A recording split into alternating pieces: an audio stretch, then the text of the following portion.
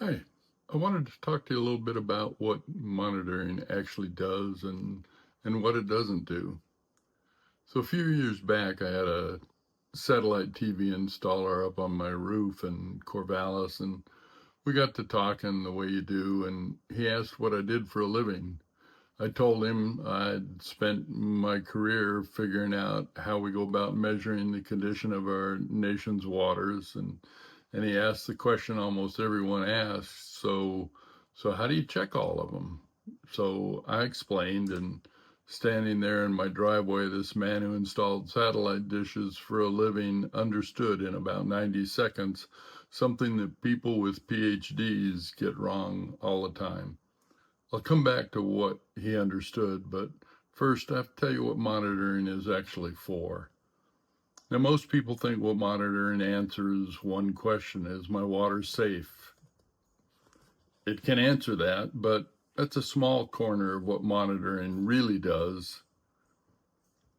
When you strip it down, monitoring exists to answer five basic questions. One, is there a problem? And if so, how big a problem? Two, is the problem getting better or is it getting worse? Three, what's causing the problem? And four, is it widespread or is the problem just here locally? And five, did any of the fixes that I put in place actually work? That last one is really the second question, just wearing a different hat, because to know if a fix worked, you have to know if things got better.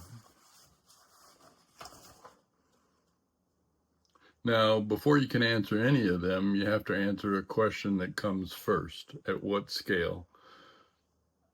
Do I care about this lake, this one spot, or do I want to answer for the whole state, a region, the whole country? Because everything, what you measure, how often you measure it, where all of it flows from that one decision. And if you get the scale wrong, you've built the wrong instrument before you've collected a single drop.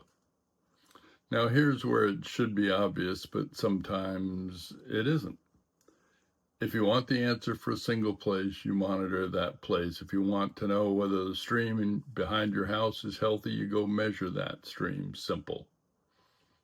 But if you want the answer for the whole country, and you can't afford to sample every river in America, and nobody can, of course, then you need something more clever. You need a design that lets you measure a relatively small handful of sites and make a sound inference about all the rest of them from that. It's the logic of national polls that we're familiar with. You don't ask every voter, you ask the right 2,000, chosen carefully, and you can describe the whole nation. And that's exactly what the satellite installer understood.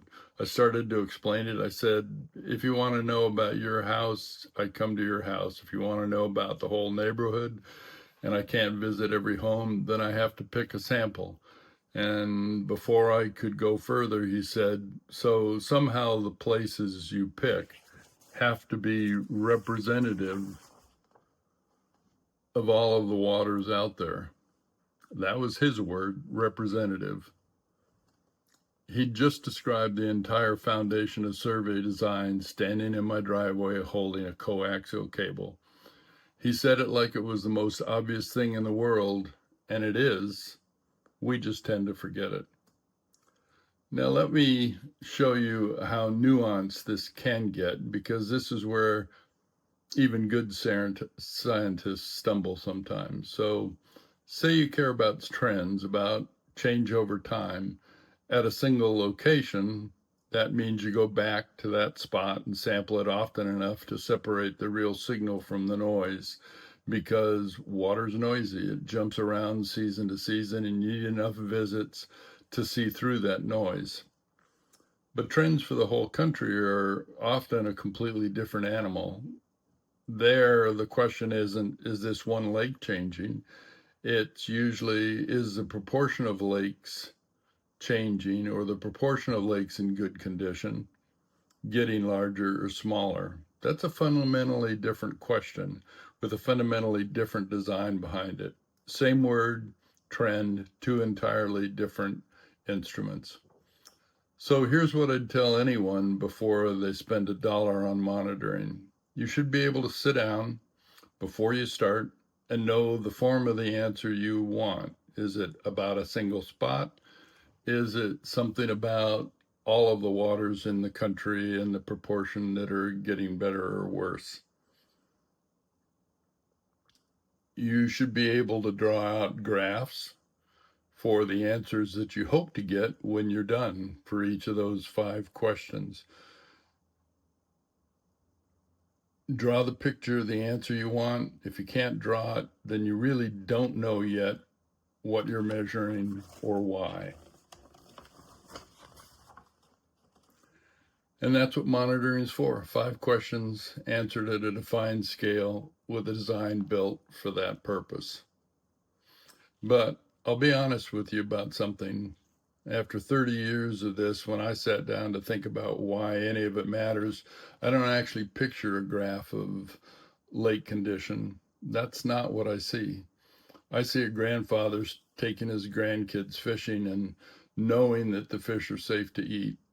And are more grandfathers able to do that now than there were before? And I see a young mother mixing her baby formula with tap water and not having to wonder whether the tap water is safe for her infant to drink.